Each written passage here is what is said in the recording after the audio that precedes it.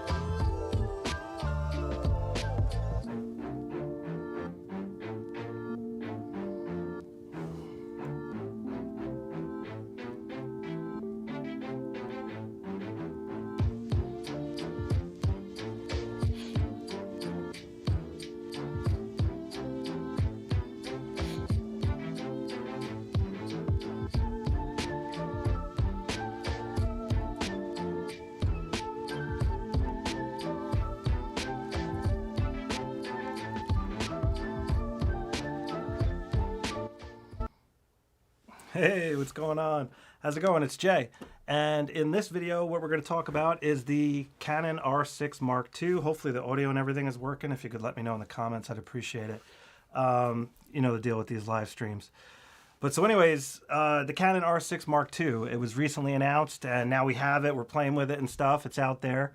And when it was announced, I couldn't believe the specs when they were leaked. I'm like, holy cow, this thing could be an A7 IV Killer based on these specs. I mean, the 4K 60 full frame, you know, C-Log, it's got unbelievable 12 frames per second mechanical shutter, 40 frames per second electronic shutter, better stabilization system, better ergonomics, arguably.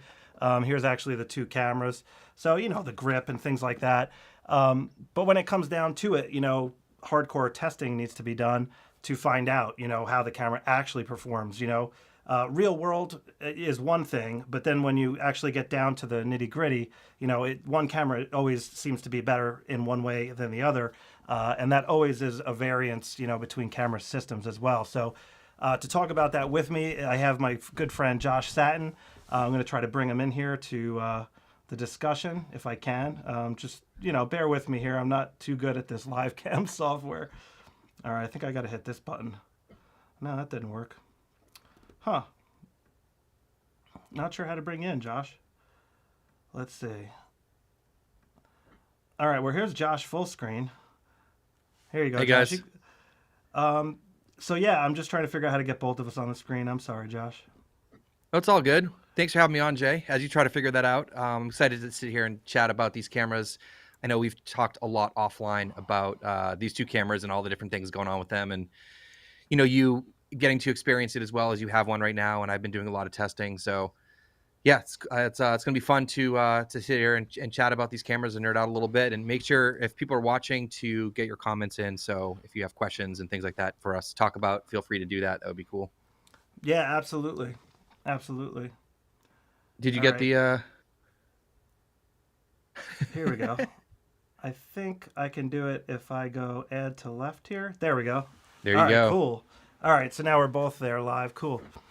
Yeah, so you know, dude, when this thing was announced, we were both talking about it, and it absolutely seemed like it had the potential to be an A7 IV Killer. Now, you know, Sony has got such an advantage, it seems like, with the sensors and things like that, and they're just so far ahead. But Canon has just like caught up so quickly. I mean, with the R5 in particular, with that update, the firmware update, and since then, you know, the R6 II was like, whew, just exciting, you know, really exciting. I was skeptical, but I really thought that it might be an A7 IV Killer for the same price, you know, based on that spec sheet. So I was super excited for photography wise in particular. So what would you think was super intriguing in particular about video? I know you're more video oriented, so if you want to talk about that for a minute.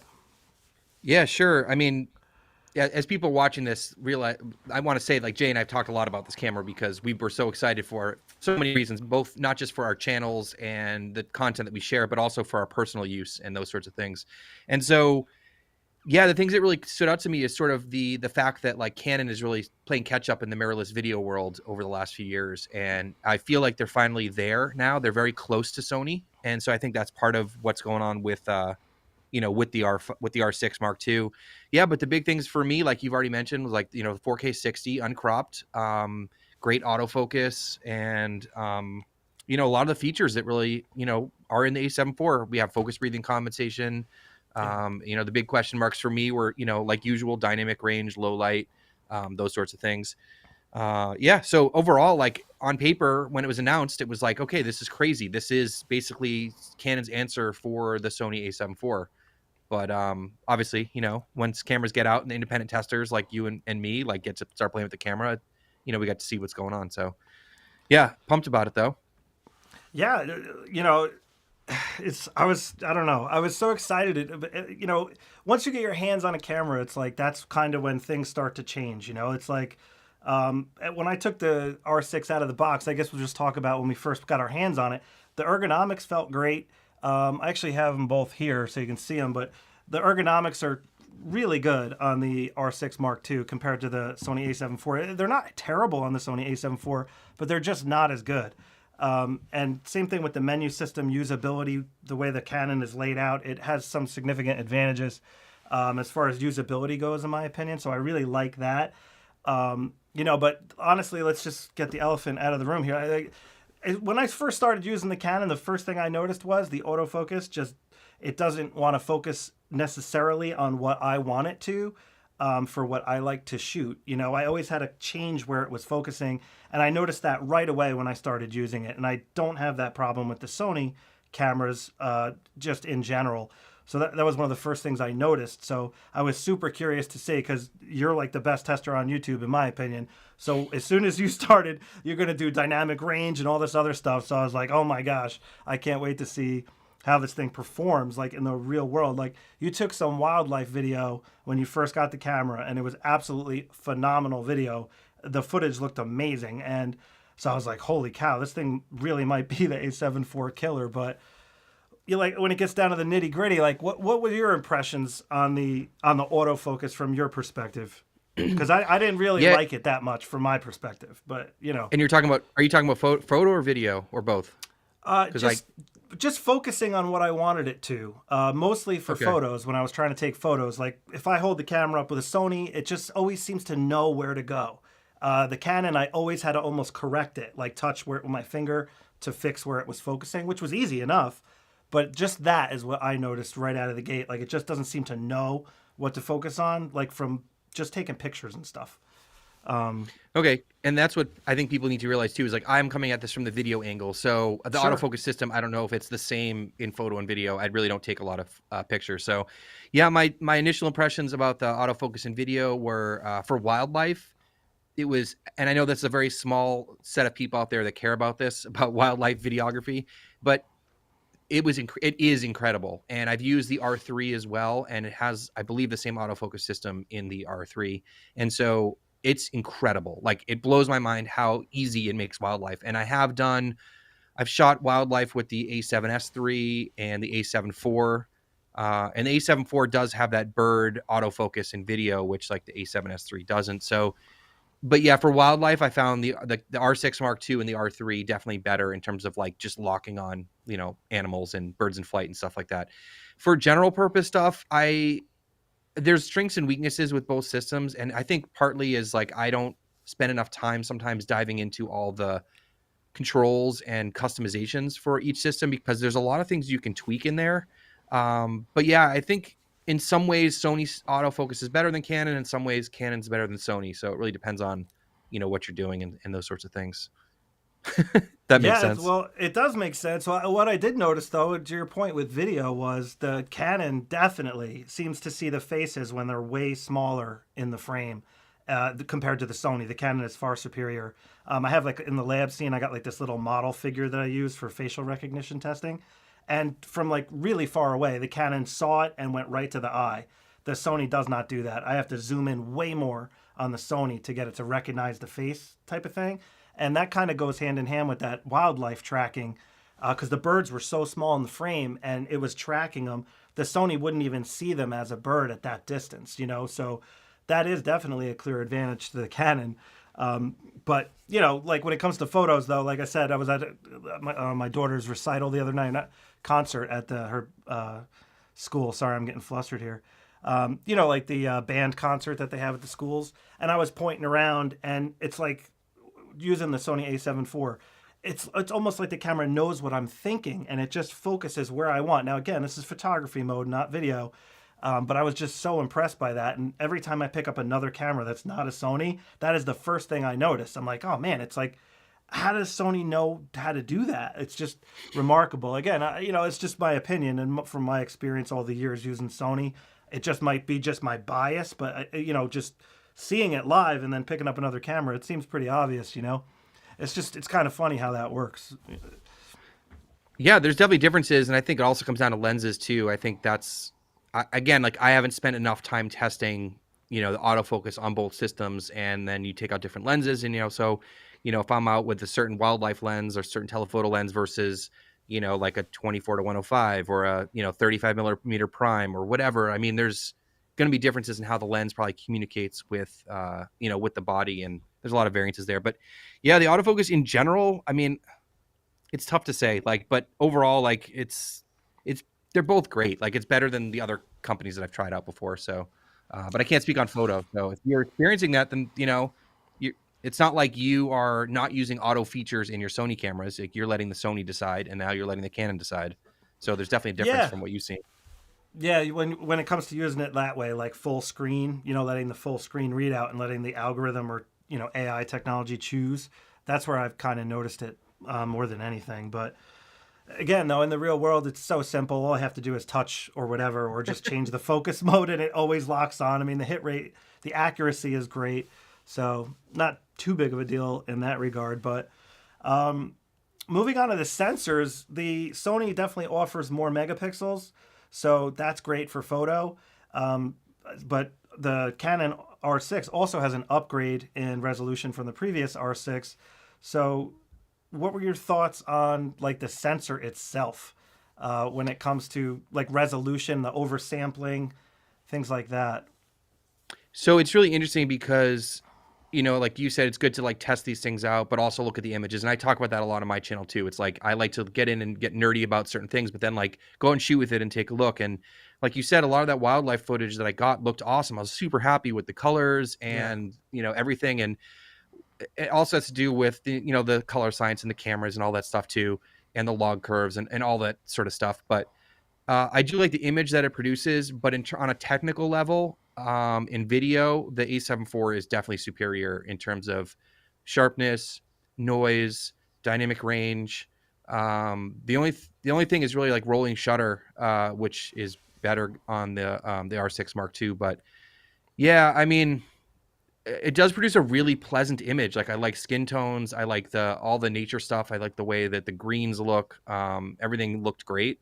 So but on a technical level, the 6K oversample is nice. I personally do like oversampled video images, and that's where you know the camera takes the full sensor and then you know computes it down into a smaller image, which the A7 IV does as well because that has a 7K image with the more megapixels. So they both do that. They both produce a really detailed and sharp image. You know, I think those are the big differences for me. In terms of low light is another question with the sensors.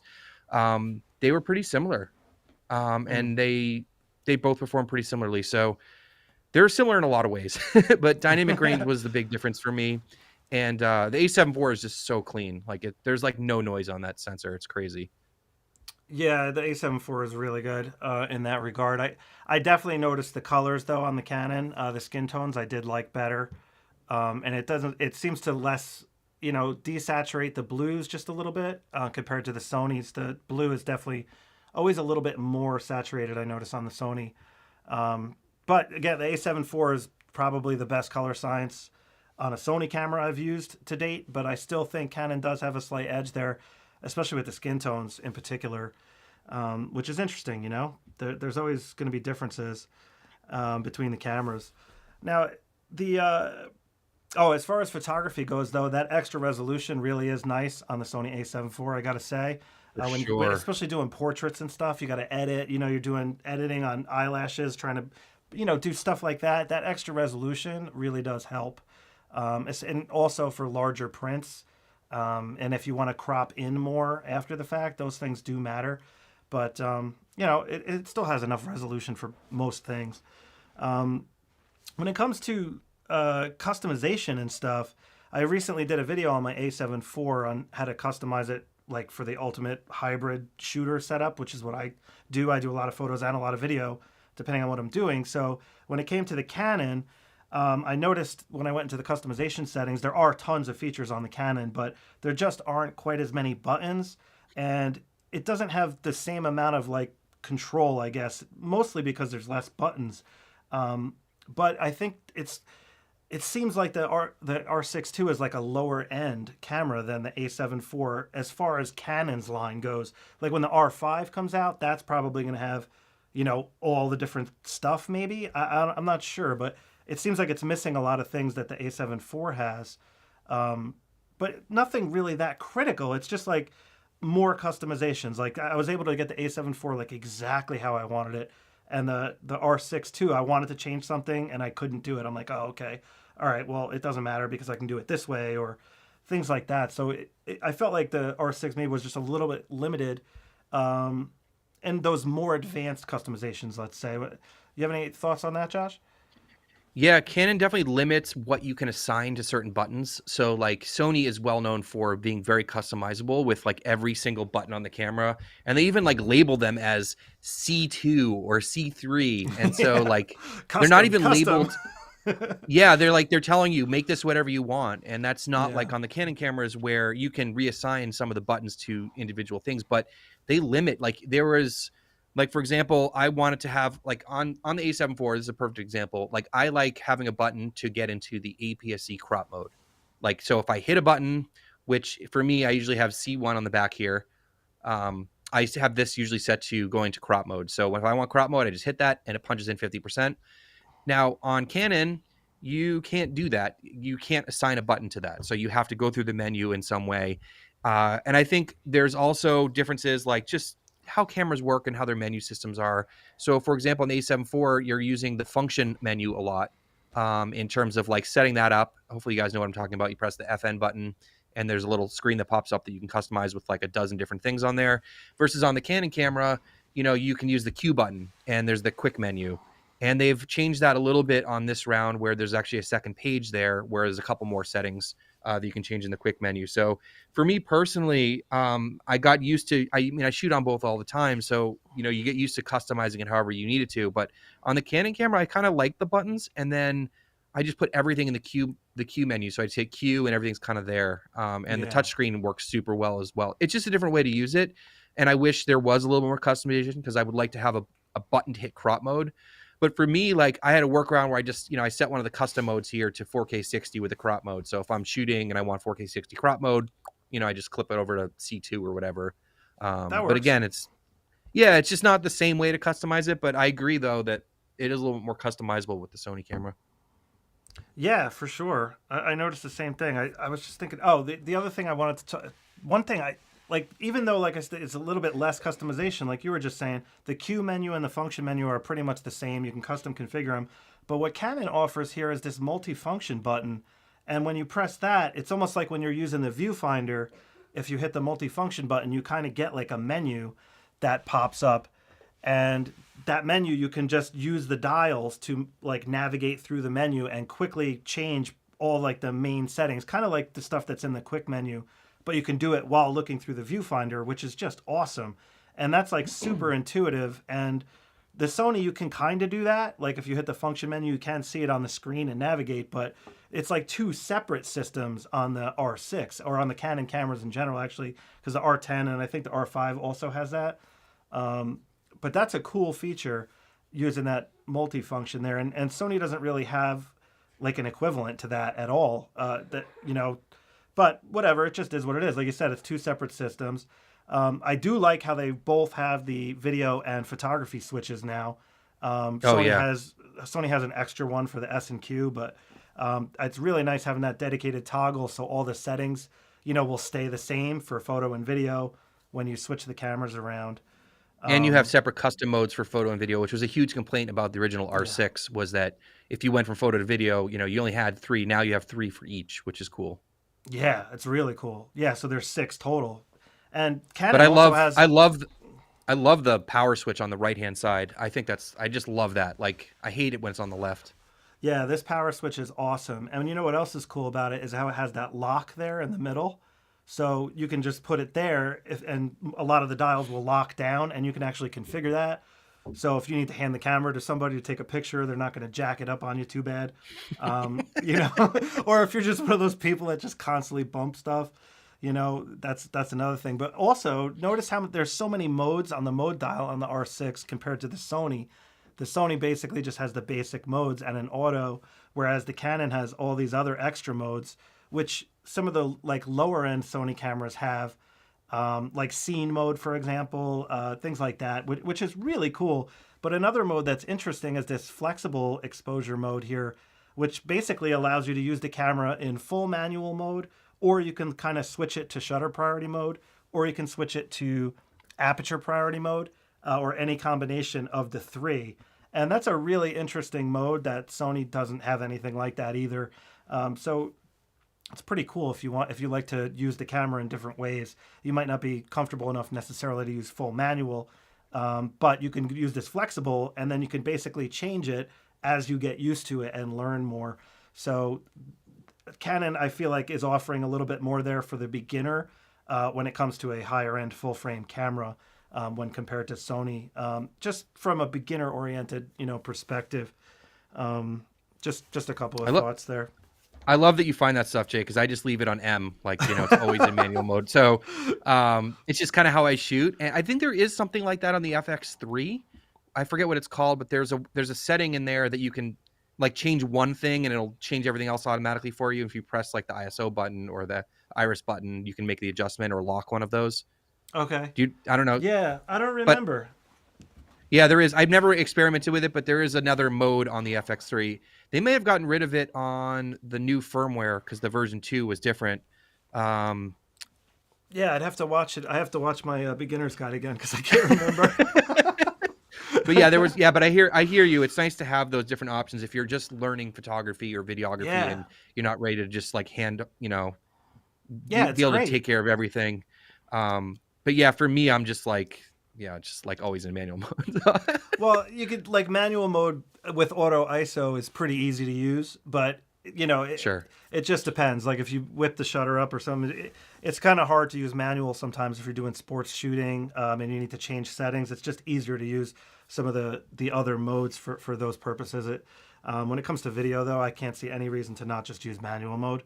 Well, some people just aren't comfortable getting exposure and stuff like that, or you're doing something super quick, like if you're vlogging or just getting started.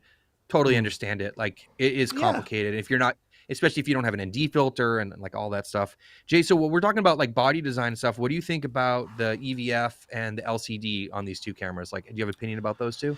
Yeah, that's a great question, Josh. Good point. The Canon is better. The screen on the back of the Canon is definitely better than the Sony. The colors are better. It's more crisp looking, just a little bit sharper. The electronic viewfinder, I also think, is slightly better. They both look fairly similar looking through the electronic viewfinder. They're both great. Don't get me wrong. They're fully functional. No problem with either. But I do think the R6 II has a better viewfinder and LCD screen. But the LCD screen on the R6, I don't really like when it swivels open, how it doesn't open fully. Like, it almost stays at like a little bit of an angle. Let me show you guys. You see how it's like just at a little bit of an angle? Like, it's really not that big of a deal, but it just bothers me Like, and even this way, it like doesn't go fully open. I don't know why. I'm like, I But didn't even notice that. yeah, that just, those little things bother me for some reason. Like, because it's like in certain scenarios, it's like just a little awkward how it's crooked. Like if you have the camera in a vertical format, or if you have the screen out and you're trying to align the horizon and the screen is just slightly crooked, it's very difficult to get it. Like, and then that's why it bothers me. And speaking of the body, Josh, the flippy door, the doors here on the Canon R6, these rubber doors, I also don't like. I do not like the. Yeah, no. These Yeah, are pretty bad. Sony, you know, this new style with the like hard doors that like stay open, they're great, man. I definitely prefer those. Sony. Although, one thing I want to comment about, which I talked about in my video that I posted today, was the strap things. Why are we still doing this, Sony? Like, why? Like, I almost always take them off, and then I'm like, oh, I need a strap or something. And they have the like Canon style, like the little like thing that goes across. They have it on the FX30, right? You have the FX30, right? Yeah, the FX30. They have what you're talking about. Yeah, this style here. Come like on, this, Sony. This is Stop far it with superior. this. Yeah, that's what the Canon has. Even like during my video, like this thing got in the way of the door when I was trying to open it. I'm just like, come on. Yeah, Sony's got these things, you know, which is fine, but it's a pain in the butt. It gets in the way when you open the memory card doors. Like there's always something. We're getting nitpicky, but yeah, there's always something. All right, well listen, here's another nitpicky thing that drives me crazy, but here's an advantage that the Canon has.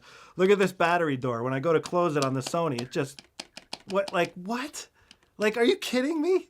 Look. Yeah, you got to push the little thing. It's so stupid. Like I can't, and that's something that should just be a no-brainer, you know. And then on the, were you able to see that on the screen? I might have been too far the other way, but I think so. Yeah. The Canon, you can just close it and it just locks. Like it's a stupid thing, but the Sony doesn't do that, and it's really annoying how it doesn't. Micro HDMI is my last big complaint, though. That's a joke, man. That Canon's still putting micro HDMI ports in their cameras.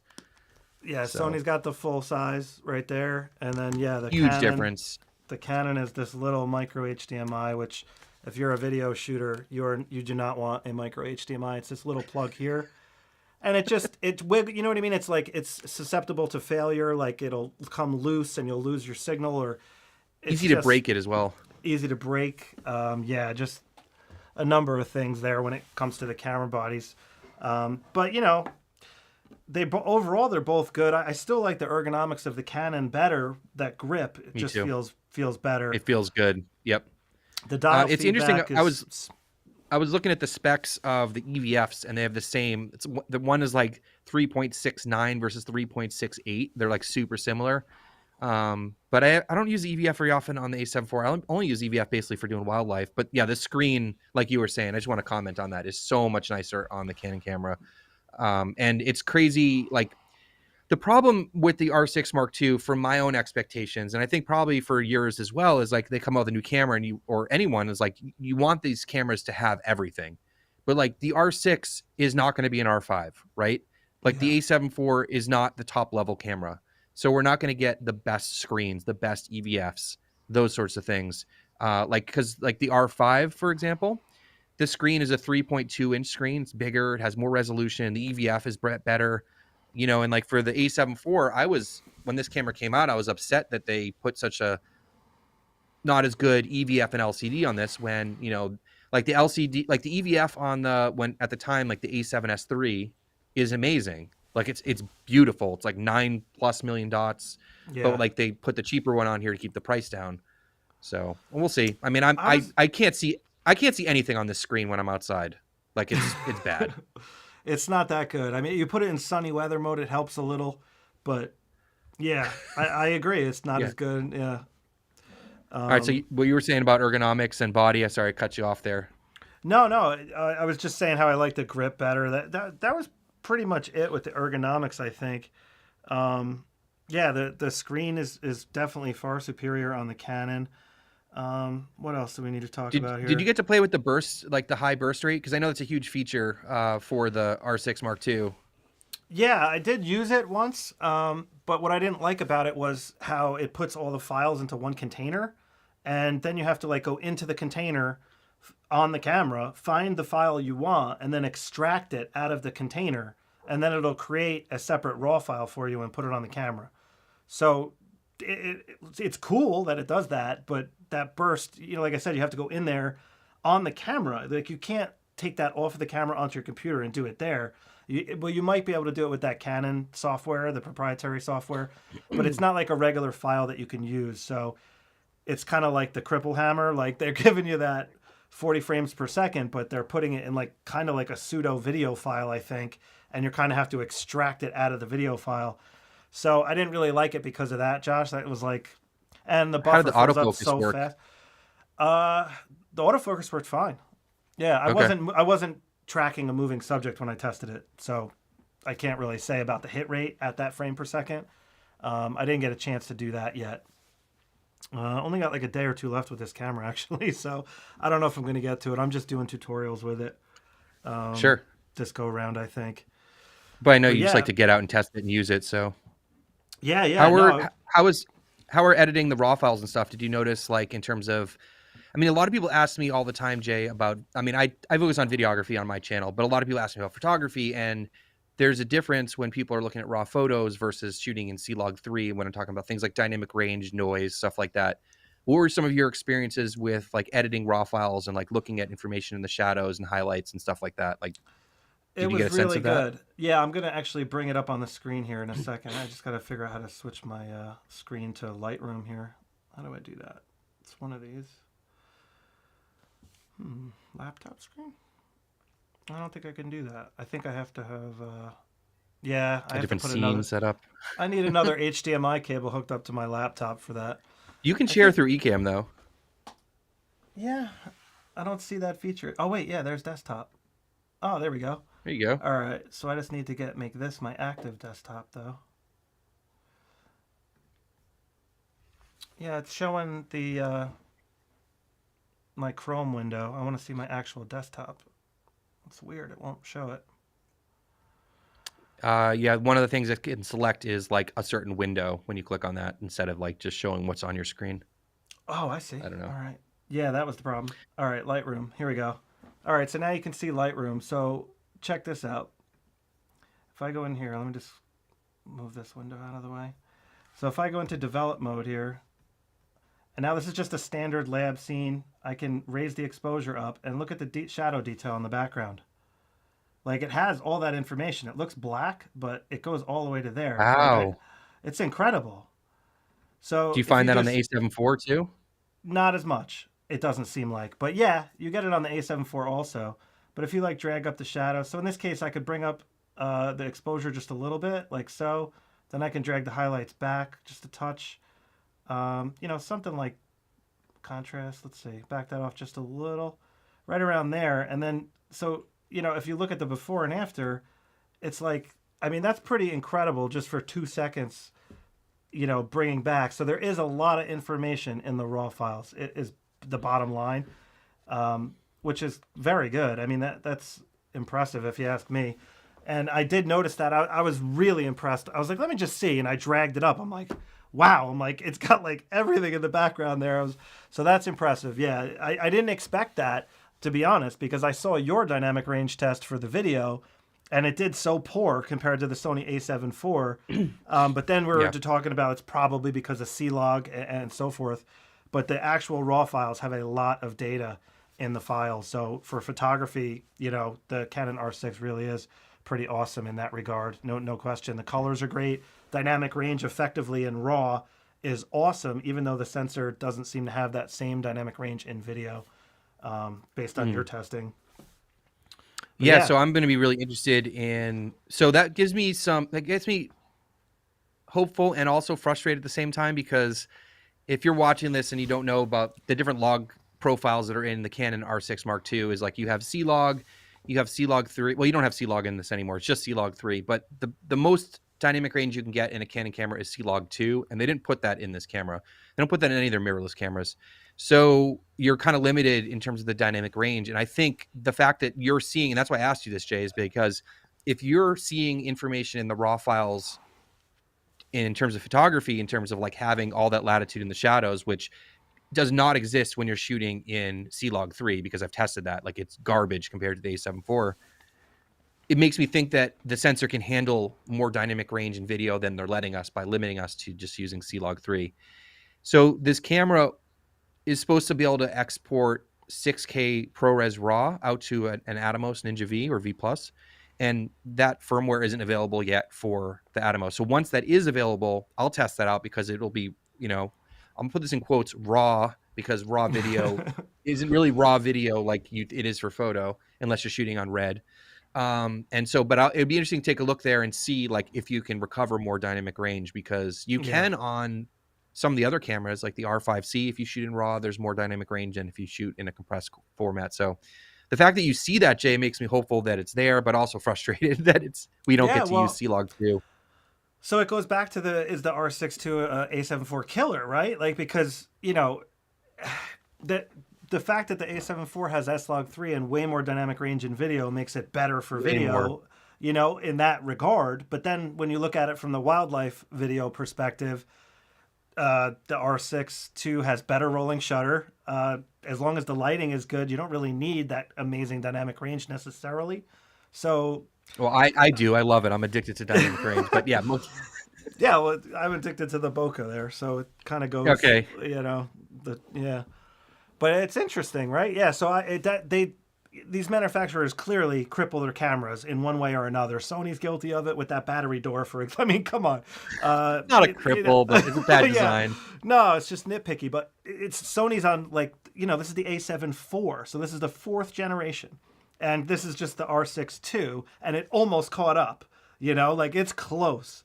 So, but it seems like it's not a killer though. That's the thing. Like, no, it's not. And I think not an A7 IV Killer.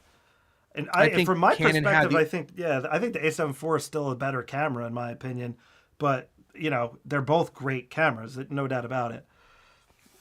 So I have a couple points about that. First of all, I think Canon could have really taken advantage of the situation here, and they just didn't push it far enough, in my opinion. But it's interesting they came out at the same price, and that was really interesting to me because I think Canon cameras are generally a little bit more expensive than Sony's, kind of for the same camera. Although they don't really have similar cameras until recently. So, but yeah, I don't think so. You say like, and we had this discussion earlier today about like, which one's actually better. Cause we're talking about the video I put out and stuff. And yeah, there's some ways that the Canon's better, some ways that the Sony's better. It's just, and I think in the end, we can nerd out about the specs and look at all the detailed testing, lab testing, that kind of stuff. At the end of the day, it's how it is to interact with the camera, what the image looks like. If you're actually looking at the image and you like it and you like the colors, that's all that really matters, Yeah. And but I don't think people are going to be throwing away their A7 IVs and running out and buying R6 Mark IIs, No. They're both really solid. Did you ever I want to talk for a second. I don't know what else. Anyways, did you use the original R6? No, I never used the original R6. No, okay, because people ask me about that all the time. But it overheats like crazy, so I never touched it for video. Yeah, there was a lot of complaints about the original R6 I saw, because when the R6 II came out, it was like, oh, they fixed that, but I wasn't familiar with the R6 because I didn't dabble in Canon at that time. My first Canon new-wise was the R10, but years ago I had the Canon 5D Mark II. I was a Canon guy, all doing my professional work, so I'm familiar with the Canon systems, and the R6 is close, but it's not the Canon 5D Mark II I used to have. So I'm guessing that the R5 II is probably going to be more like the Canon 5D Mark II. It makes sense because of the 5. But that camera still needs a bunch of different things to bring it up to Sony. And, another thing that's confusing is Sony has so many different cameras that it's hard to really compare the R6 to the A7 IV even because, Canon also has the A7R5 and the A7S and the A9 and the A1. And, I mean, it just goes on and on. It's like, so Canon seems to be a little bit more strategic with their new mirrorless. Like they have the 6 series, I guess the 10 series, actually they got a lot too, the 7 series. And then, of course the 5 series and then the R3, which is just incredible. And then the R5C, which is in another class kind of its own. I don't know. It's fascinating, but what do you think? What do you think that the R6 II could have that would really would have smacked Sony in the face a little harder? Because on paper, it kind of seemed like we're like, holy cow, like this is good. If it's the same price as the Sony A7 IV, Sony's in trouble. And then it came out, and once we got our hands on it, it's like, oh, it's just not quite as good as we were hoping. It was kind of like almost like a little bit of a disappointment because of the paper. But like, what I know you mentioned a little bit earlier, but what specifically do you think? Like, if they're not going to put C-Log in here, what else could they do? You know? Yeah. So first of all, just to back up a second about the different lines, it's just so different the way these two companies market their products, because you have Sony that's like, okay, we have the hybrid with the, the A7 line, we have the S line, the R line, and like this, in my opinion, is the first time these cameras really matched up well, and are very, very similar. So I think that's what's true. really interesting. But like in terms of the DNA from Canon, you have the 5D series, 5D, and then Mark II, Mark III, Mark IV is their sort of high-level professional photography camera, and so that became the R5, and hopefully we'll see the R5 Mark II. The R6 Mark II, I think, lines up with the 6D series, so it was another full frame, but it wasn't quite as good as the 5D. Like, it was always like, it's a full frame camera, but it didn't perform like the 5D did, and that's kind of where the R6 lands. Now, to your question about Makes sense. what was your question, Jay? What they could have done? Yeah, like I think they're saving. I mean, it they for came the out. Yeah. Yeah, they came out for the. Yeah, they are kind of saving a lot of stuff. I think they came out swinging hard with the 40 frames per second in terms of photography, because that was like crazy, way more than the A7 IV does, and it does like 10 frames or something. Yeah, it's only 10. So that's a big difference, but it's weird because these are marketed as hybrid cameras, and so I always take the approach of like looking at it in terms of video. And so for video, dynamic range and just the overall image is just huge for me. I mean, they limited this camera. It also has different codecs as well. The A7 IV has like everything. Like, you can shoot in lots of different types of codecs, frame rates, not frame rates, compressions, things like that. Whereas the R6 Mark II is very limited. Like, it's a very stripped down camera. There's not as many options there. And, I think they just limited it in that way. So I'll be curious, like you were hinting at about the R5 Mark II, if they open up the floodgates there and just put everything in there, like we'd hope they would. Like, are they going to put C-Log 2 in there? That's the big question. Yeah, that's the big question. I hope they do. That'll be, they really should, in my opinion, at this point, but we'll see, Yeah, that's interesting. I was just thinking about the something else. I kind of lost my train of thought. It was something to do with video. Oh, yeah. One thing I noticed with the R6 II, and I noticed this with the R10 as well, Canon, in case you guys are unaware, Canon separates their high frame rate mode into like a separate mode, where Sony, it's like you can just select. Yeah, it is annoying. Like Sony, you can just select 120 if you want like slow motion. On the Canon, you have to enable high frame rate mode. Then once you enable that, then you can go into the video settings, and then the higher frame rates are available, and then you can select it. But when you go out of high frame rate mode, for some reason, it defaults and puts the camera back to 4K 60 or HD 60. And it always does that. I don't understand why, but that is one. It's not that big of a deal, but it's just one of those little things that when you're using both systems might bug you, So if you're constantly going from slow motion to regular, you might want to set that up in your custom buttons or something like that, because turning the high frame rate on and off is a little bit of a pain in the butt. Because you have to go back and change your video settings every time. So that's kind of silly. I hope they fix that with the R5 too as well. But the R10 was the same way. Was the R3 like that? Yeah. Yep. Yeah, okay. So I guess it's just, unless you have the Cine system or something maybe. Let me think. Yeah, I mean, you can shoot up to a certain frame rate. So like the R6 II and the R3, you can shoot like 4K 60 without going into the high frame rate. But if you want that 4K 120, for example, on the R3, or 1080p 120 on the R6 Mark II, you have to enable high frame rate, which isn't terrible. It's very similar to S&Q on the Sony system, but the Sony system allows you to adjust your base frame rate. So like you can set it to, I always shoot in 24 frames a second. So it'll shoot at 120, but it'll spit out a 24p video. But the Canon system, it only spits out in 30 frames per second, no matter what. Same with time lapses too. It's really annoying. The other thing, Jay, about time lapses is you can't shoot it in log on the Canon cameras. You have to set it to one of the picture profiles. So that stuff drives me crazy. That's interesting. Yeah, I didn't know that. Yeah. All right. Well, yeah, that 30 frames per second output is kind of strange. But yeah, that's another thing. Like you said, like the Sony just seems to have all that stuff already. And I don't know if it's because it's the fourth generation. like, because, It's I just mean, S and Q, like the way it's set up. Like you can go slow or quick. You can set up for high frame rate, or you just set it down to 1 frame per second and shoot time mhm. lapses. I don't know. That's the way I always shoot time lapses on the Sony cameras. Yeah, well, that's what that feature is for. I don't really use it that often myself, but it's great for that. The reason I don't use it is only because I usually use just 120 for slow motion. I don't really do time lapse video that often. I usually do photos for it if I'm going to do that, but or I'll just record regular video and speed it up Yeah, because yeah. I like to have the audio and be able to play with it in post a little bit. But yeah, it's that S and Q does have quite a bit of power.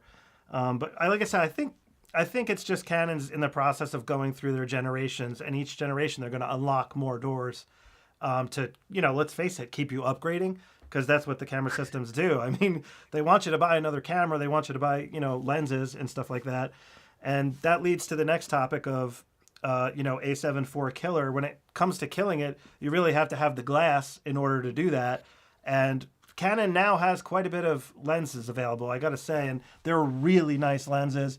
A lot of them have this multi-controller on the front, which is a cool little feature.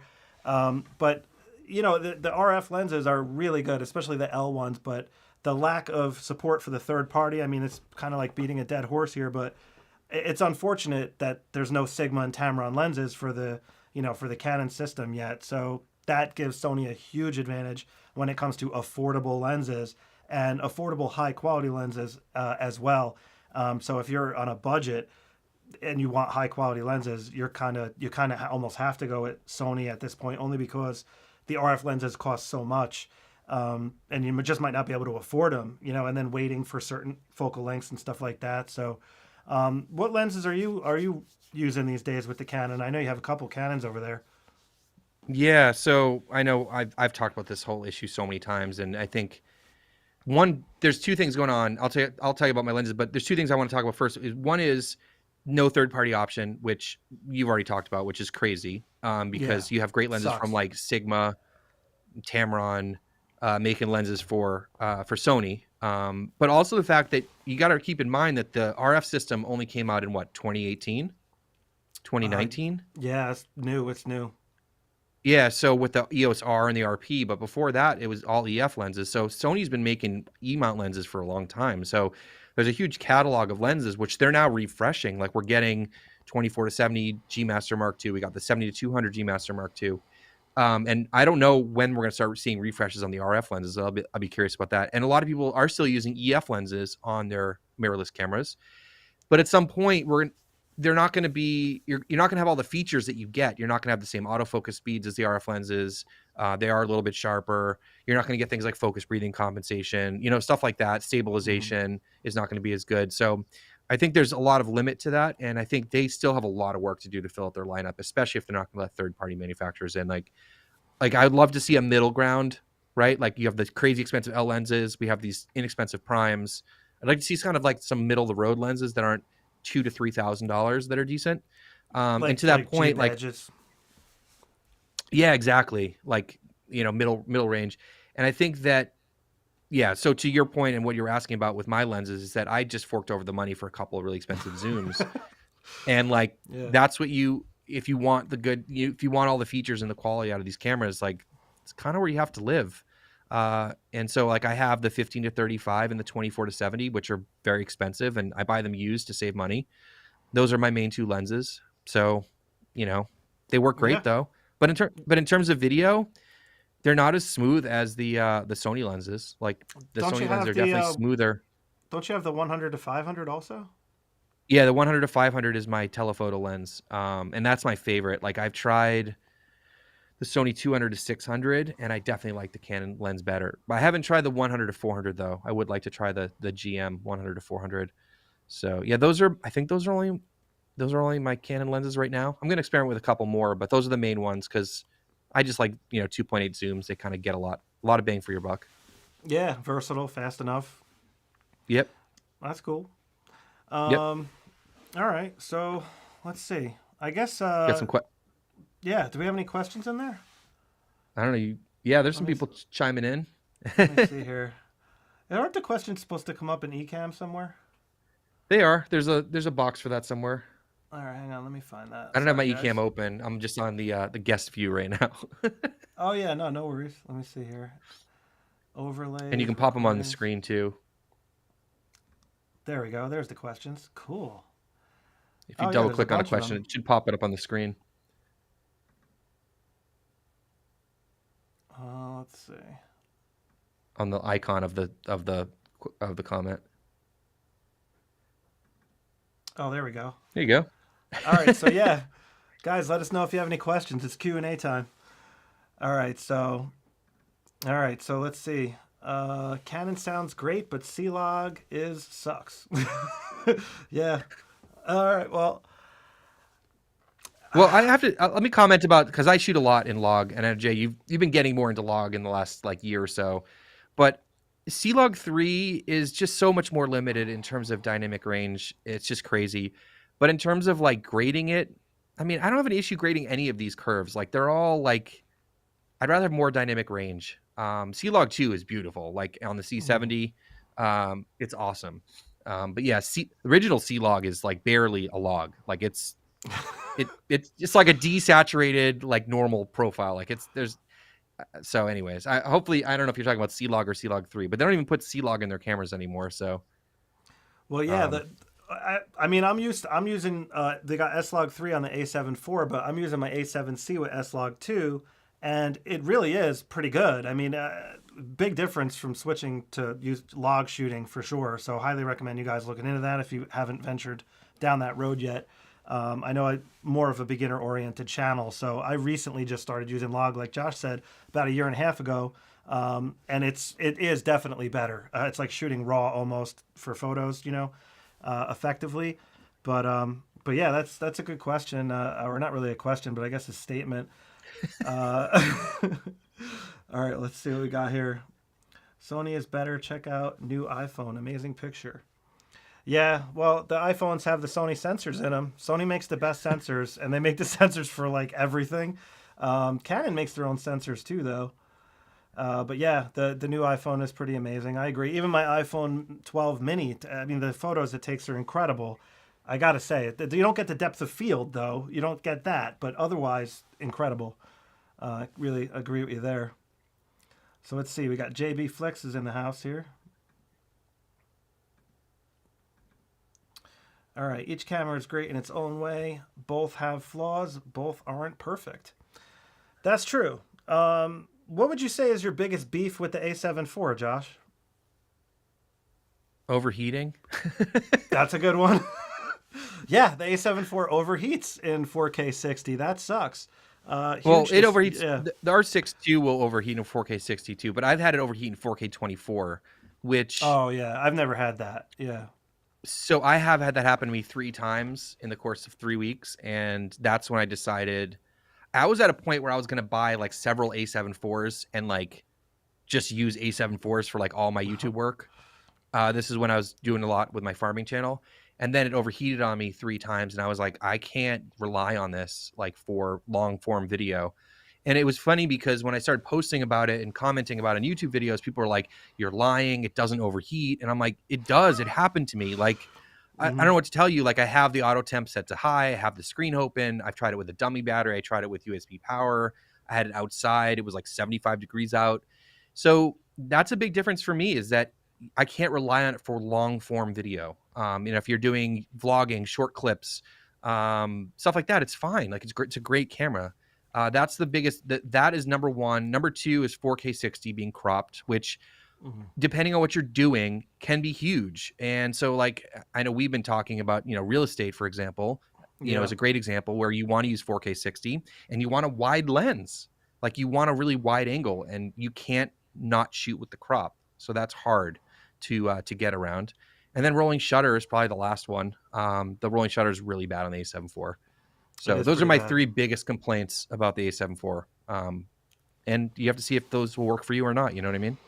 Yeah, no, that's fair. They're all legit. I mean, I never had the camera overheat myself, but I I know you did for sure, and I've heard other people complain about it. But in regular environments, like I said, I've never had it overheat. I've recorded for about an hour on it a couple of times and just haven't had a problem. But I know that it will overheat because it happened to Josh. So depending on if you're outside in the sun, it definitely might overheat. And if that's someone, if you're in that scenario and you want Sony, you're going to have to look at something like the FX3, the A7S III, or the FX30.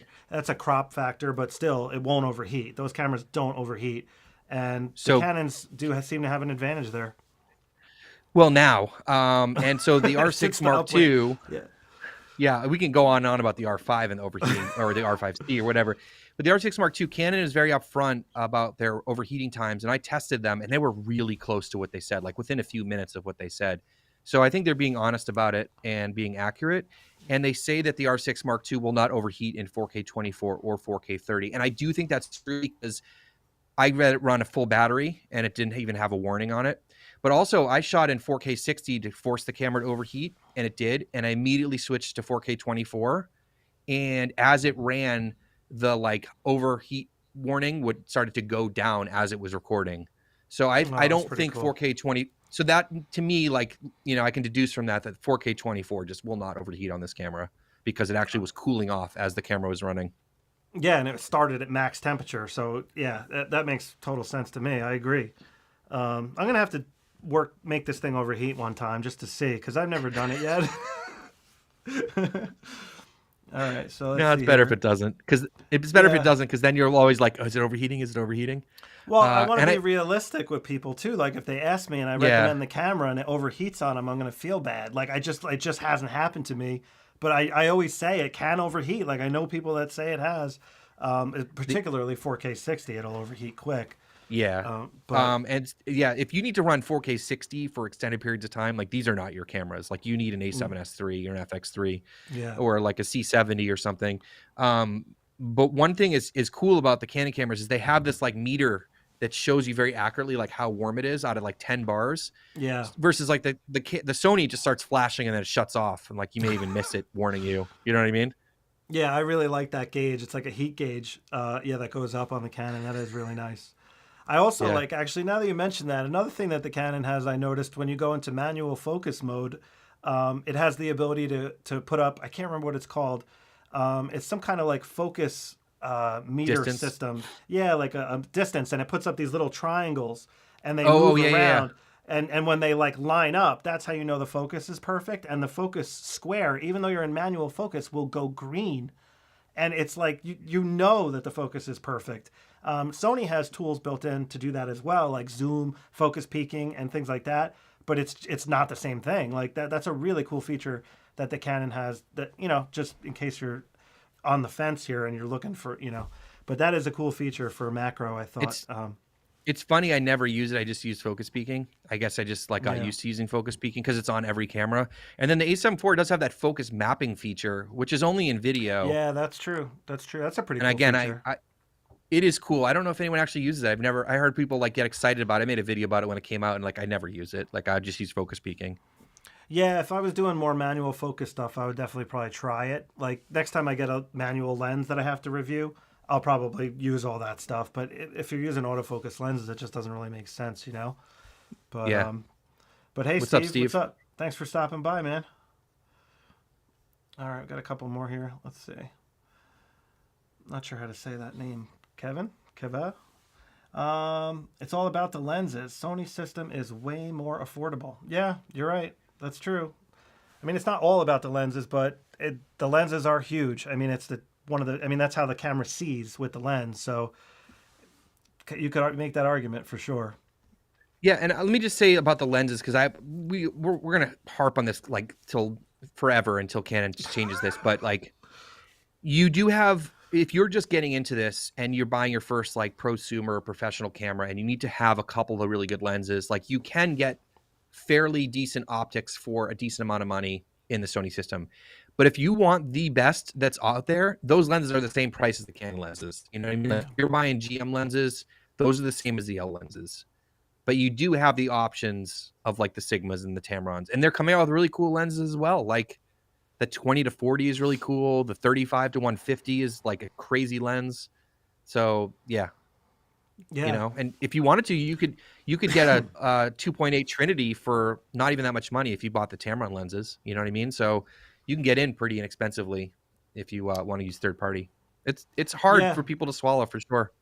It's true, but like if you're a hardcore pro, you're going to get the GM lenses anyway, and then like you said, Yep.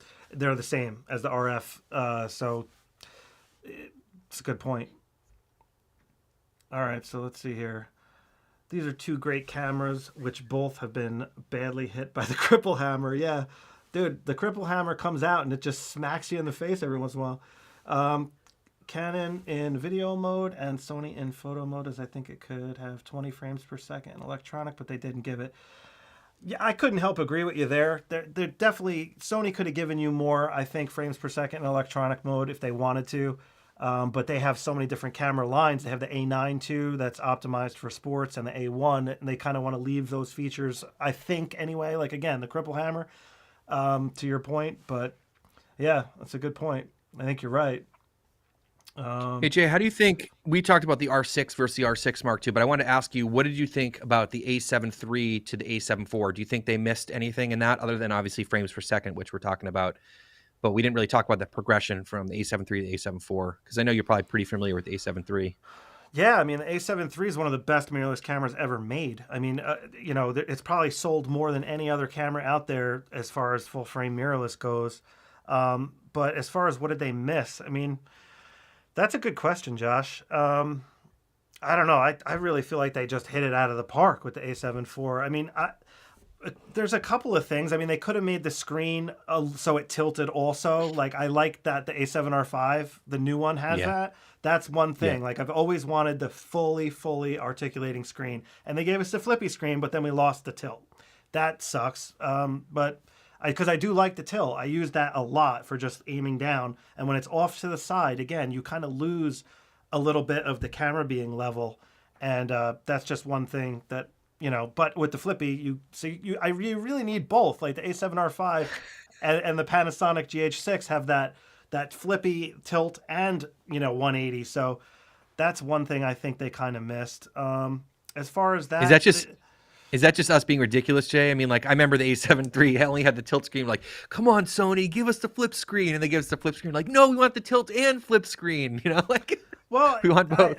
We want both, but listen, man, I've told you many times, like the A99 II, it's a really old camera. It had that fully articulating screen that went in any direction you wanted. And I'm like, why would Sony not put that on these cameras? And it's like, oh, the next generation.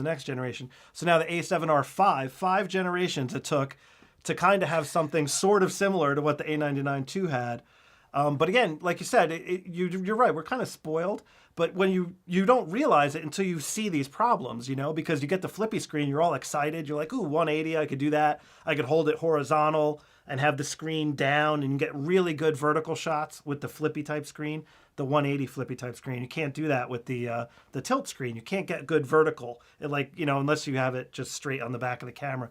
But low to the ground vertical, you can have the flippy screen. Actually, let me change. I'll show you what I'm talking about in case you can't having a hard time visualizing it. The flippy screen, you can turn it like this on the A7 IV, and now you can take a vertical shot, have it nice and low to the ground perfectly. And that's a nice feature that the flippy screen has that the tilt screen didn't have. So we got spoiled by that. But then when it comes back to when you need the flippy screen, or the regular tilt screen rather, you notice you're missing it and you're like, oh, I can't do that now. So I think that was missing. But other than that, did you see the design on the XT5 screen, Jay? no, I don't think I did. I don't think I noticed that.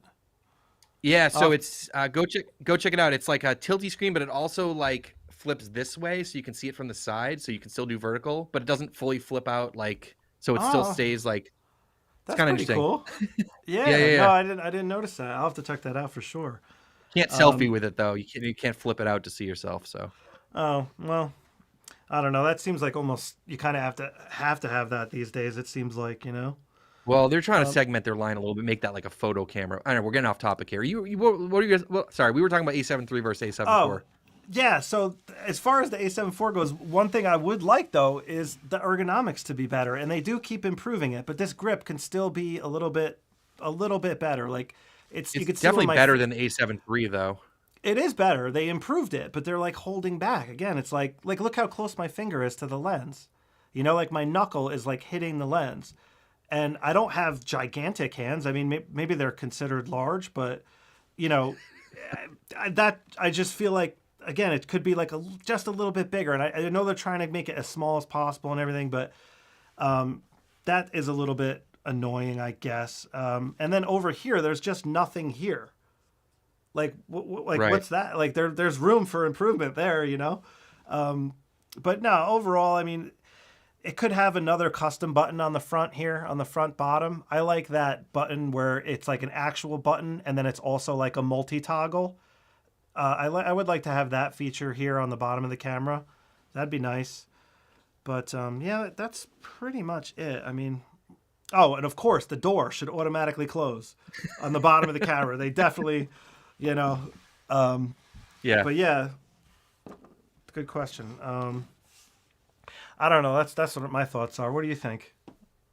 I think the 4K 60 is the big one. I think that everyone when the A7 IV was starting to get talked about and coming out, everyone's like, it has to have 4K 60. Like it has to Yeah. have it because you know the A7 III shot 4K 24, 4K 30 had a slight crop if I remember correctly, and then 4K 60 didn't exist, and so.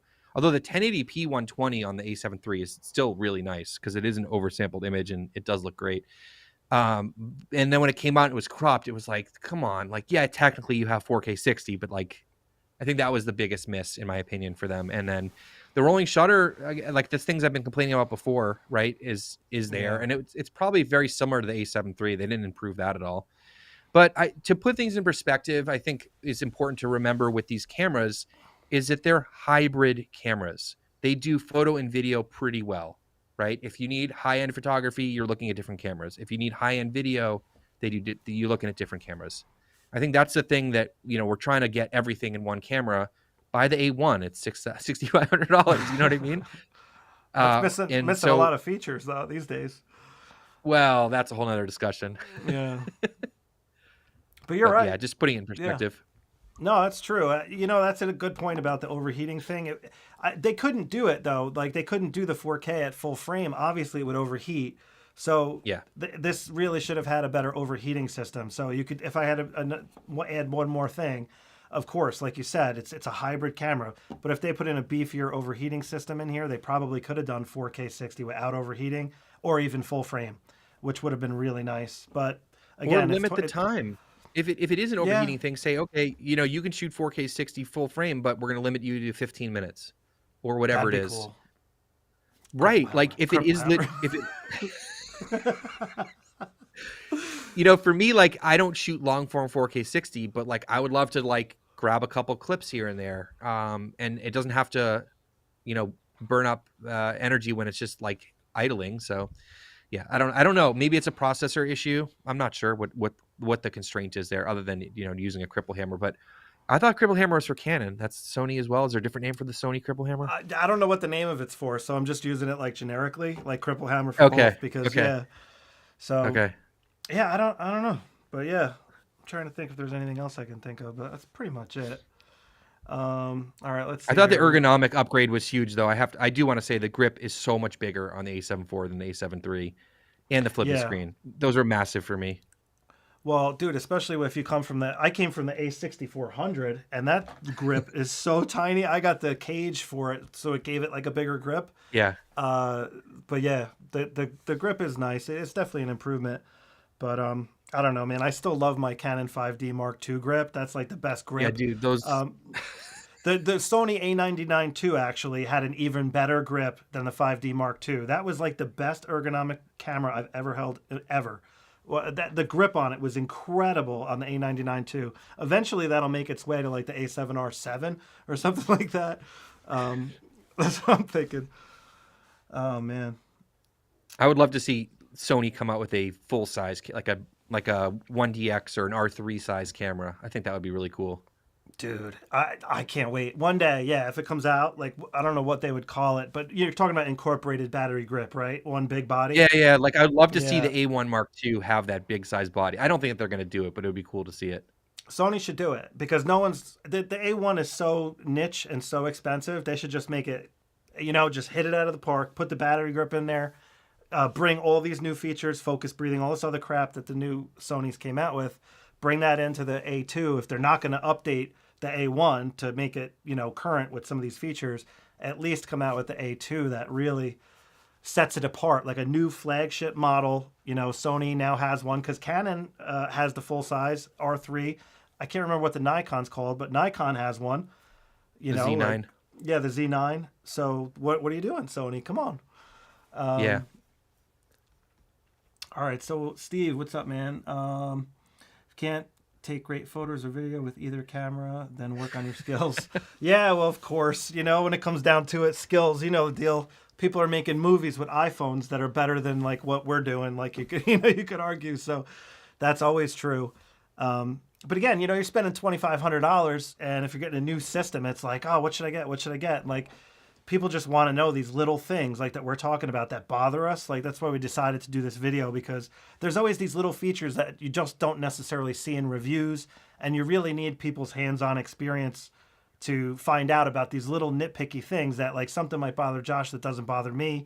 Something that bothers me might not bother him. So it's cool having these discussions, to find out that, like, these nuances, because obviously they're both awesome cameras. I mean, there's just no question. So yeah, and to that point, Jay, like now as we have such amazing, cameras in our pockets all the time, I think people that are buying mirrorless cameras or cinema cameras are, it's a very niche group. It's people that are really looking for that extra level. These are very specialized tools. And for us as camera reviewers and educators, we're trying to make sure that people understand the limitations of their tools and which one matches what they need better. So if you're into real estate, or you're doing wildlife, or you're just taking pictures of your family, or whatever you're wind up using your cameras for, like, we're trying to figure out the best situation for people and help people in their buying decisions. So Steve, you're totally right. Like, and that's why we do tutorials as well and try to teach people how to do things and learn all the things in your cameras to like be as proficient as possible. But yeah, I mean, it's also fun for us. Like, we love nerding out on this stuff. Like, we're tech guys. Like, we like cameras and all this stuff. So it's all part of it. Yeah, for sure. Yeah, and they're complicated, and most it's a lot of people don't know how to get the most out of their camera. Like, that's kind of to Josh's point. So learning your camera and really learning to get the most out of it is very important. Like that video I made to customize the camera, it took me. I had the camera for like 6 months. So I was using the camera for that long, figuring out all the different things I do with the camera, I actually do with it. And then I just kept configuring it, changing the configuration. And then finally I got it, like, I'm like, wow, this thing is dialed in. But it did take quite a while.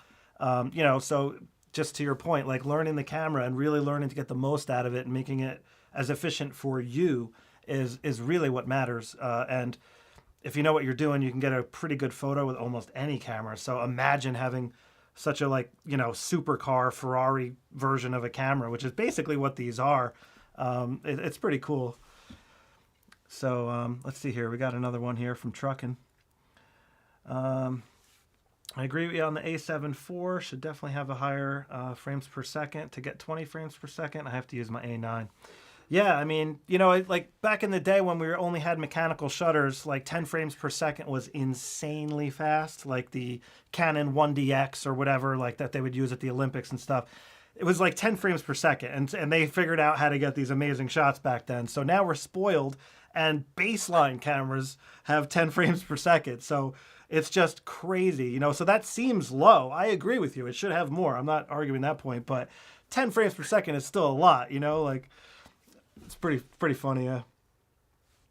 Everything has to have 4K 120 and shoot at 30 frames per second. Why does that not have 8K in it? Oh, my buddy Jamie showed up. Yeah, the FX6. He's the guy with the FX6, Josh. That. Oh, nice. He found it broken the other day. Sorry, man. Poor guy. Yeah, his grip. That's got a great broken. camera. Never-ending topic. Yeah. Oh yeah. Of course, Canon versus Sony. I mean. It's like Chevy versus Ford or whatever. I'm not a car guy. But yeah, found on the road dead. Ford, yeah. Yeah, if you listen quietly on a summer day, you can hear a Ford rusting, I guess you're a Chevy guy. I don't know. No, these are I'm just not. jokes. Let's not open that can of worms. All right. No, they're all good. I love trucks. I'm just joking. It's funny though. We used to bet when we were younger. We were really Ford Chevy nonsense. Jay, I'm with you on the screen. It was a bad decision. They didn't give that even to the Yeah. FX30. Yeah, we're not talking about the FX30 in this video, but yeah, they basically just cloned the FX3. I mean, it's the same exact That was to thing. save money. That was just to Yeah. save money. Like, there's no R&D. They just took the body of the FX3. I know Jay doesn't want. Yeah, we shouldn't talk about that camera today, but I think that was the No, main idea with that. it's okay because it is kind of the cripple camera, type thing. But I agree with you there. It's a little bit frustrating. But to Josh's point, that camera's so cheap for what it is, and That's crazy. It's a crop factor, so it's a great B cam for actual hardcore users, and that's kind of where Sony was going with that. But I agree, they should have put a different screen on there. All right, we got another one here. Yeah, the A99 II and the A77. I don't think the A77 had the same exact screen as the A99 II, but it might have been. Yeah, the ergonomics were great. Those cameras were fantastic. I totally agree. I really wish they would, like Canon and Nikon adopted the DSLR style camera bodies for their mirrorless system. Sony went a completely different route and went for ultra compact.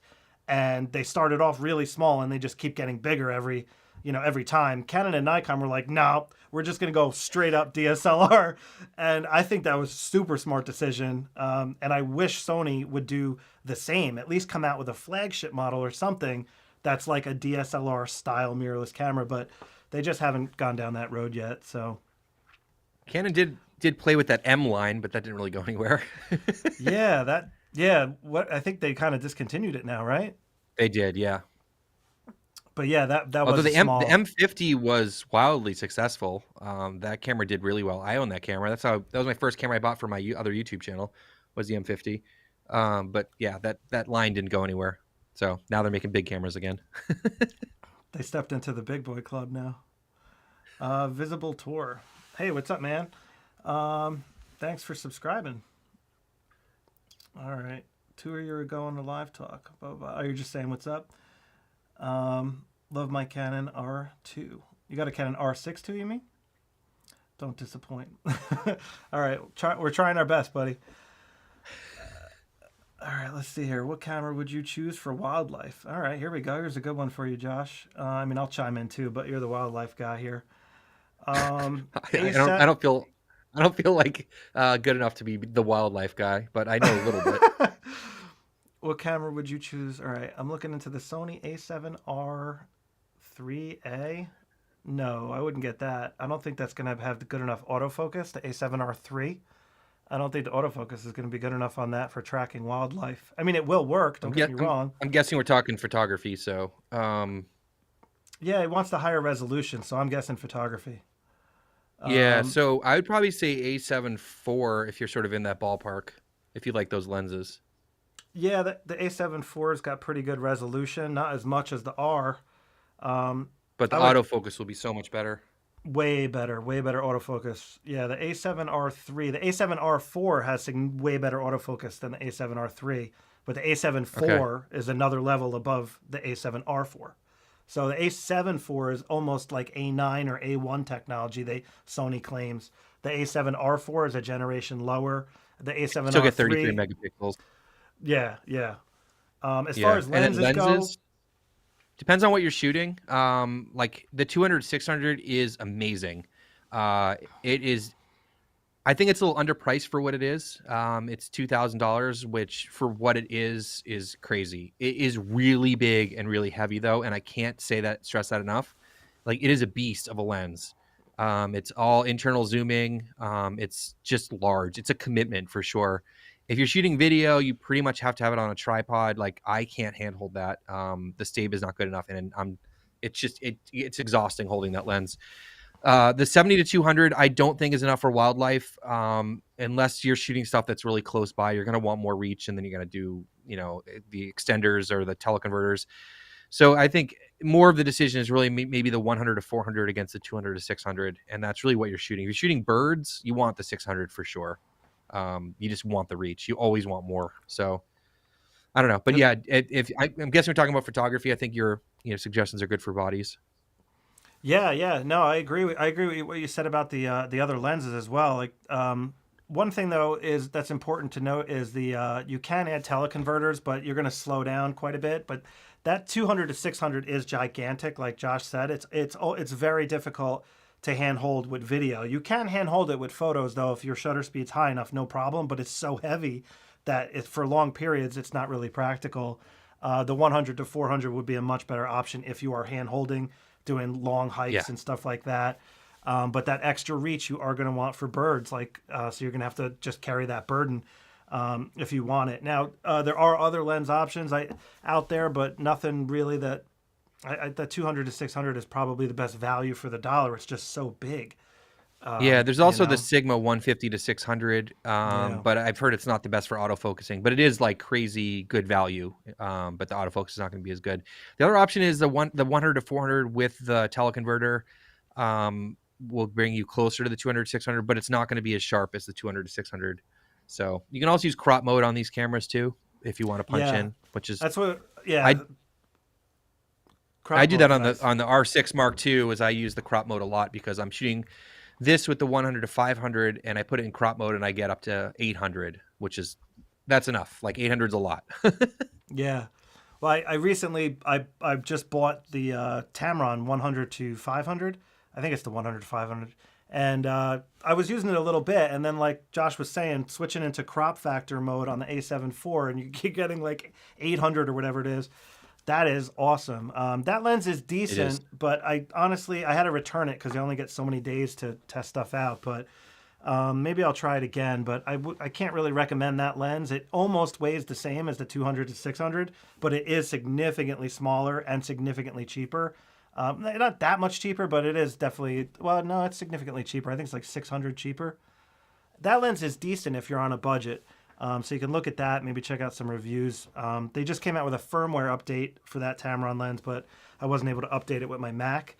But that supposedly improved the autofocus system in the lens to work with the cameras better. So that's another lens to look at. Again, depending on your budget, I'm not sure what your budget is, but I'm guessing if you're looking at the A7 III, you're kind of budget oriented. You know what I mean? Which is totally understandable.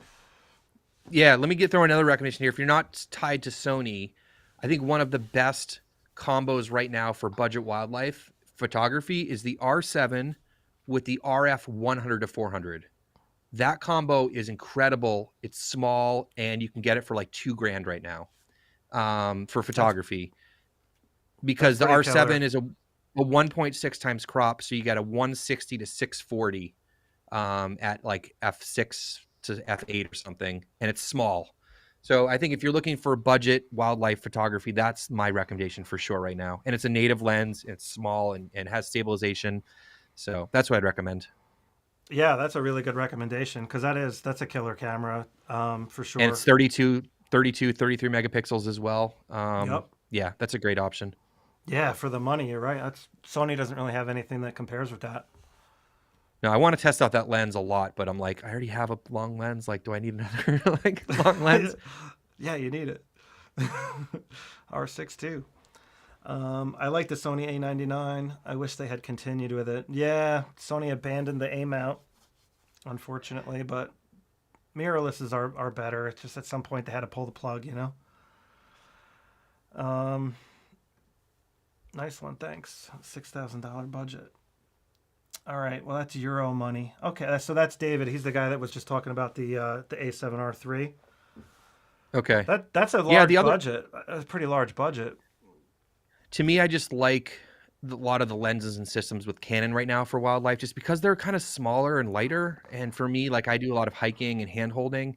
The other crazy lenses are the RF 600 and the RF 800, the f11 lenses, which are weird because they're fixed aperture, but for the price, like they're great. And like for you to get an 800 millimeter lens for like $900 or whatever, it's pretty crazy. So those are options as well if you're in the Canon system. But if you're in the Sony system, I think they need some newer lenses, telephoto lenses for sure. I'd love to see a 100 to 400 update as well because that lens came out a while ago now, right?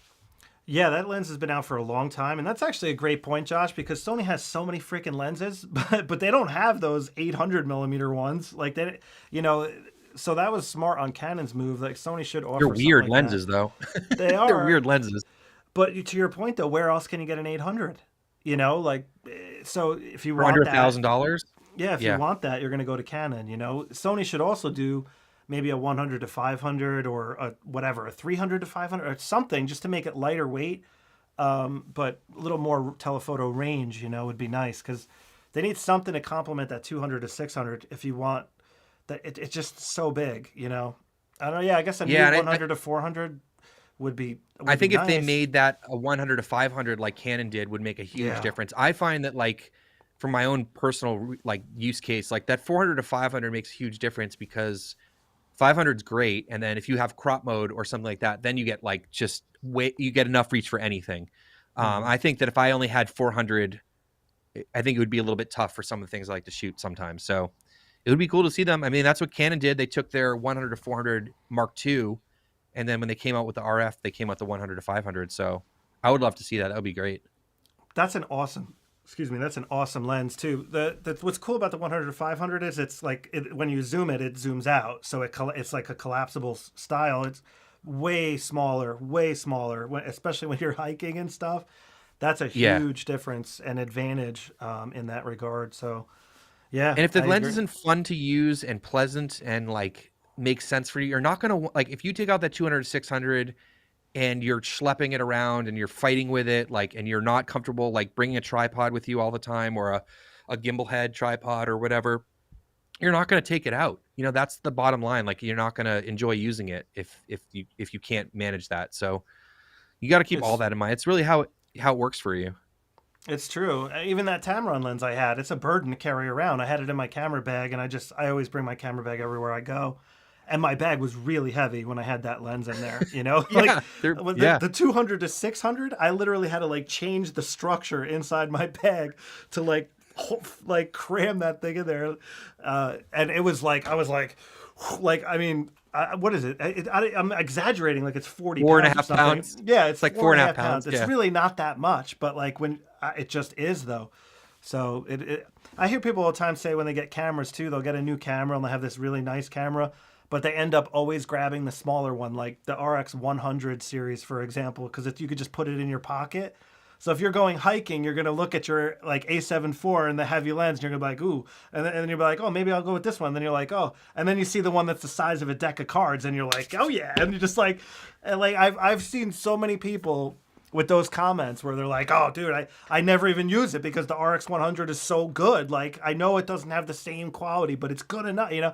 And you hear these, and now it's like cell phones have kind of taken a little bit of that place, but it's fascinating. That's why I brought up the R7 with the 100 to 400, the RF 100 to 400, because it's so small. Like I'm tempted to grab one just so like if there's days I don't want to lug around a lot of gear, like it's tiny, you know?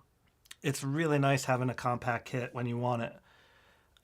Those longer hikes, but you want the best quality possible. It's like you have to sacrifice somewhere. And that's really one thing why I like the A7C so much, because it's so compact. Oh yeah. It's Yeah. great for that type of stuff in particular. But now it's the studio cam.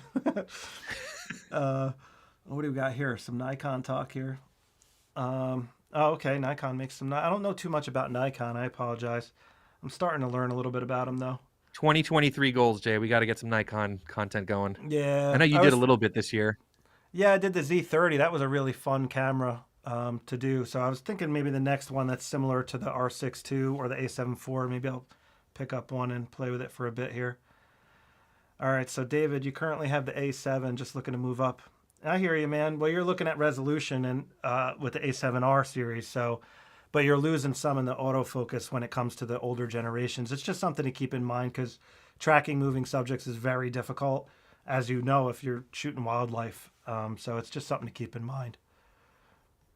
But yeah, the A7's pretty awesome. I remember when that first came out. All right, guys, get your questions in because we're going to be wrapping this up pretty soon here. We've been going about an hour and a half. Holy cow. All right, Capano here. This is fun, though. I like doing this stuff. All right, looking at moving to the A7 IV. Oh, yeah. For both portrait and travel to shoot more videos as well from the A7R III. Okay, all right. I really like that they have a S-Cinetone. built in because I don't have much time to grade. Actually a really good point. Does the Canon? I honestly don't know. Does the Canon have something similar to that, Josh? No, it does not have that sort of in between.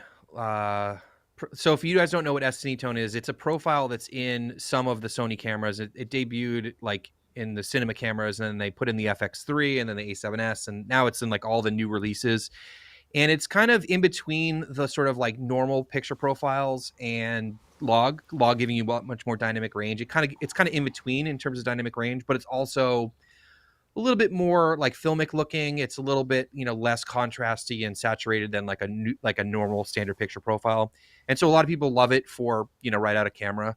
So it is a nice feature, but they don't have something like that in the Canon cameras. It's either like log or one of their, you got to shoot neutral or standard or whatever. But I have to say though, don't be scared about shooting in S-Log 3. And if you find a LUT that works, sometimes you can get away, if you expose properly, to just apply a LUT and basically be done. I know a lot of people like the Phantom LUTs. That's pretty much what a lot of people are using right now on their Sony cameras, and it's a pretty quick solution. So you get a huge bump in dynamic range, though. Like, it looks so much better. I'm not personally a huge fan of S-Cinetone. I'd rather just shoot. I mean, I just shoot everything in log anyways, but I know for some people they love it, and so it is definitely a benefit that they're putting that in all their cameras now. Jay, have you shot in S-Cinetone? Yeah, Like, I did. I did a bunch of hiking footage when I first got the camera when the fall foliage was peaking, and I was really impressed with it. The dynamic range was not as good, so I do prefer log as well. But recently switching over to start using log, I did find S-Cinetone a really nice turnkey solution. It looks good. It has like Josh was saying, like a little bit of a filmic look. Some of the colors are subdued, like a slight. It's like a different saturated look. It's really a nice turnkey. I like it. I mean, I really like the footage, how it came out. But I didn't want to sacrifice that dynamic range, to your point. But if you're somebody that doesn't want to do grading, I totally understand. That is a really good feature that the Sony offers, for you. But like Josh was saying, if you want to try S-Log 3, it's really not as bad as you might think. When you first use it, though, it looks so flat on the screen, it's hard to tell what is what, and that can turn you off, because I know it turned me off when I started using it. I was like, oh man, like I can't even tell like if I'm exposed correctly, like the sharp. It's just hard to tell. But once you enable the display gamut assist or whatever it's called, it kind of makes it look a little bit normal when you're looking at the screen. And then once you realize what you need to expose for, it's really not that bad. And the grading process is actually pretty easy too. Like again, if you're thinking about dragging all those sliders yourself, it's overwhelming. But if you just get a LUT, like Josh was saying, there's so many people that make LUTs now. And all you do is just in the editing software, you just drop the LUT on the log footage, and it's like, bam, it looks like, ready to go. And you could tweak it, of course, but that trying to takes the mystery a little bit out of shooting the log. Like once you learn how to expose for it, editing it is another learning curve, but you can cancel that out with log, or with a LUT rather. So that's a great point, Josh. Yeah. All right, let's see what else we got here.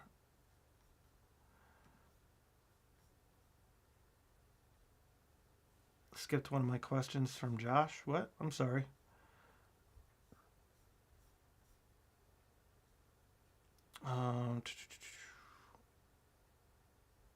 Oh, here we go. Jason, have you tried? Sorry about that. Here you go, buddy.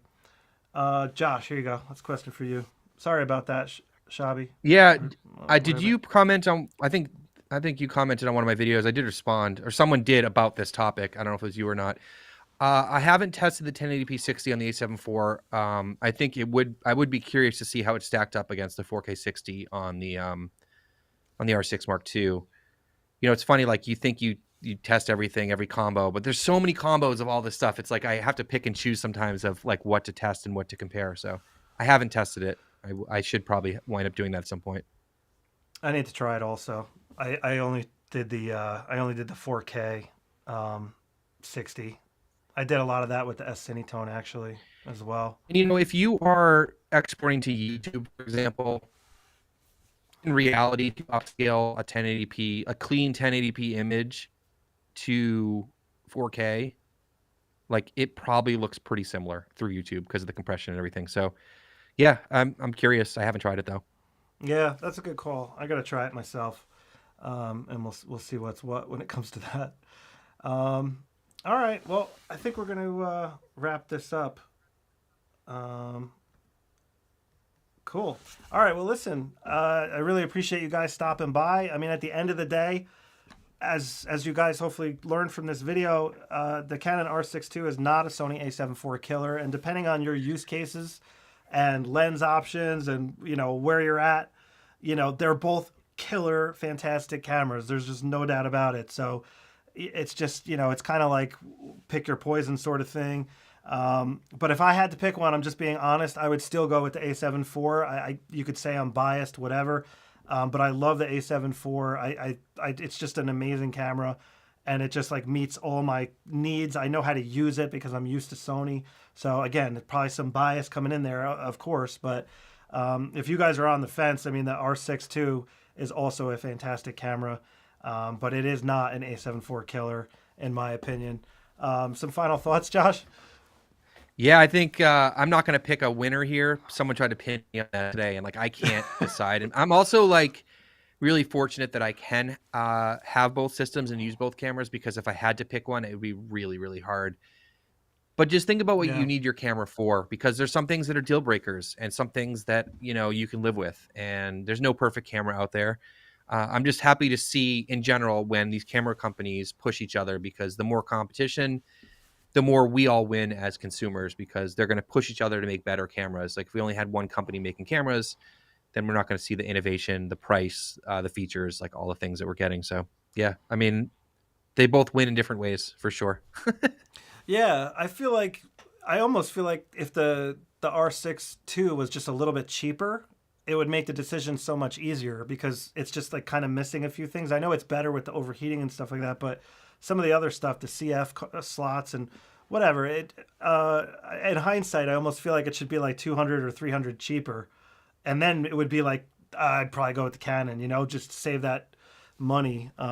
It kind of is though, Jake, because of like inflation and also the fact that it's like cameras get more expensive every year, but this was the same price as the A7 IV that was released last year. So in my head, it is cheaper, that's true. if that makes sense. It does make sense. Yeah, that's true, because this A7 IV came out so long ago, and it's still better. So Not going to agree with you, Jay. Not going to give in. No, I'm just joking, man. But yeah, they're both really good, no doubt about it. But listen, I really appreciate you stopping by, Josh, having this discussion with me on my channel. I really appreciate it. Guys, be sure, go check Josh's channel out. He's the best tester on YouTube for sure when it comes to putting these cameras like to the paces. He does all the stuff like at such a high level. I've never seen anybody do it as good as he does it. So if you're looking for that type of stuff, and also all the other stuff he does on his channel, which is great, but the testing in particular, I rely on him for a lot of this stuff because he's so good at it. So thanks, Josh, for coming by. And thanks for having me, Jay. Yeah, man, of course. Thanks for all the kind words. Yeah, well, it goes without saying, but I really appreciate you guys stopping by, and stay tuned. I got a R6 beginner's guide, R6 II beginner's guide coming out soon. Josh, you got a video coming out soon you want to promote quick, or? No, I got to make one. There'll be more stuff about the R6 II. I also, a buddy of mine let me borrow his R5, so I'm going to put it up against the R5 as well, because I'm curious. People been asking about that too, because used R5s are pretty close in price to the R6 II, and I got a lot of question marks there about how those two cameras perform. So there'll be more of that stuff, and I don't know, a bunch of cool stuff coming out in 2023. I'm really excited about what everyone else is going to see as well. So thanks for having me on, Jay. Appreciate it. Oh yeah, no problem, dude. Anytime. Thank you. So, all right, guys. Well, that's about it. We're gonna wrap this up, and thanks again for stopping by. Appreciate the questions and everything, guys. So we'll catch up with you next time, and have a great night. Take care. Just got to figure out how to turn this off. Oh, finish.